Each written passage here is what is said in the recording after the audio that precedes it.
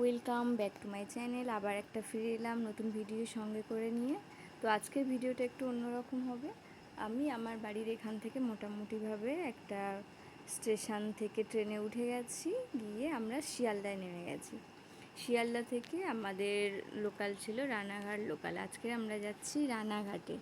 রানাঘাটে কোথায়? রানাঘাট রানী জুয়েলার্স। মোটামুটিভাবে যারা ফেসবুক ইউটিউব দেখে তারা সবাই জানবে এই রানী জুয়েলার্সের সম্পর্কে, কারণ এরা খুব কম বাজেটের মধ্যে খুব সুন্দর সুন্দর গয়না দেয় আর কি। হালকা হালকা লাইট ওয়েটের যদি গয়না চেয়ে থাকি তো আমরা এখান থেকে গেলে অনায়াসে পেয়ে যেতে পারি নিজেদের পছন্দের মতো। তো আমরা যেতে যেতে রানাঘাট লোকালে যখন উঠেছি তখন দেখলাম এরকম স্টেশনের মাঝখানে খুব সুন্দর একটা শিব আর দুর্গা এরকম দাঁড় করানো ছিল। খুব ভাল লাগছিলো দেখে, এমনিতেই আমি একটু শিব ভক্ত। তারপর মোটামুটিভাবে আমাদের ট্রেন চলতে শুরু করেছে। আমরা যাচ্ছি আমাদের গন্তব্য স্টেশনের দিকে। তো এদিকে আমার সেরকমভাবে যাওয়া হয় না। খুব ভালো লাগছিলো, স্টেশনগুলো বেশ খালি খালি। আমাদের এদিকে যেরকম খুব ভিড় ভিড় থাকে, এদিকটায় ওই রকমই ব্যাপারটা নেই, বেশ খালি খালি, স্টেশনগুলো সুন্দর। আর আমরা এই যে চলে এসেছি কল্যাণী। এখানে এসে আমি একটু দেখাচ্ছি এই কারণ এখানে খুব ভালো দুর্গা ঠাকুর ওঠে শুনেছি। কল্যাণী ITIতে সুন্দর সুন্দর দুর্গা ঠাকুর ওঠে, তবে আমার কখনো আসা হয়নি। আশা করি এবছর যাব, খুব ইচ্ছে আছে।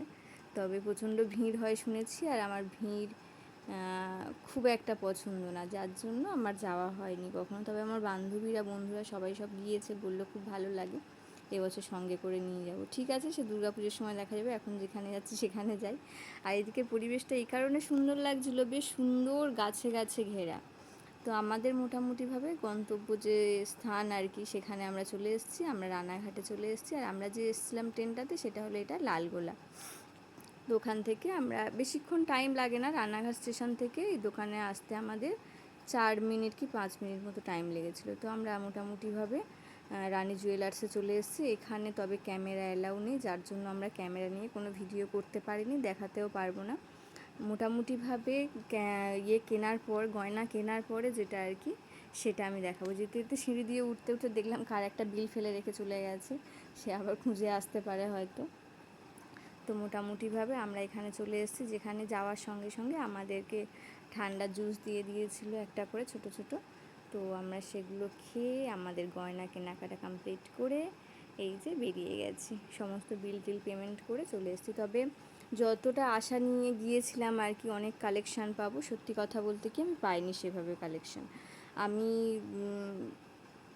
যতগুলো একটা মানুষ যখন একটা জিনিস নেবে তার তো অন্তত 4-5টা তো অপশান থাকা দরকার ছিল, কিন্তু আমি অপশান পাইনি। আমি একটাই দেখেছি আর আমার ওটাই নিতে হয়েছে, কারণ ওর কোনো অপশান ছিল না সেভাবে।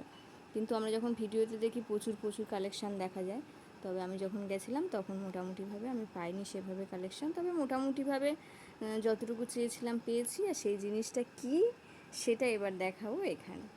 আমি গিয়েছিলাম একটা কানের নিতে। তো আমি যখন গেছি তখন এটার সোনার ভরি চলছিল 1,45,000 কি 46,000 টাকা এরকম হবে। তো আমার এটা মোটামুটিভাবে 50,000 টাকার মতো পড়েছে। তো কানেরটা কার কেমন লাগলো অবশ্যই কমেন্টের মাধ্যমে জানিও। আর দেখা হচ্ছে আবার কোনো নতুন ভিডিও নিয়ে, আবার নতুন ভিডিওর সঙ্গে দেখা হচ্ছে। আজকেকার জন্য টাটা।